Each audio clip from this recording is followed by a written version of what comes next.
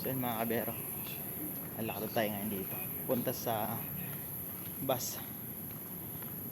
Shuttle muna ngayon kasi konti lang naman yung mag-OT, nasa 15 lang sila, 15. So yun, nakapark ko yung shuttle natin sa bus.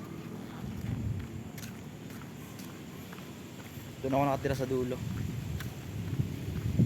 Yan, medyo malamig ngayon mga kabero dahil medyo malakas yung hangin. Ayun, naglalakad din doon.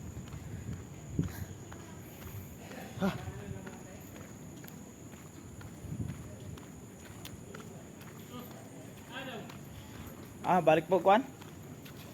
Upis kay napay nag-uti. Salitan mo si Arjen Magma. Skin day. Shout out kay Pugi. Ajuti pa ka? Ay. Duty. Mag-City pa man day. Ayun mga kabero. Samahan niyo lang ako sa biyahe ko.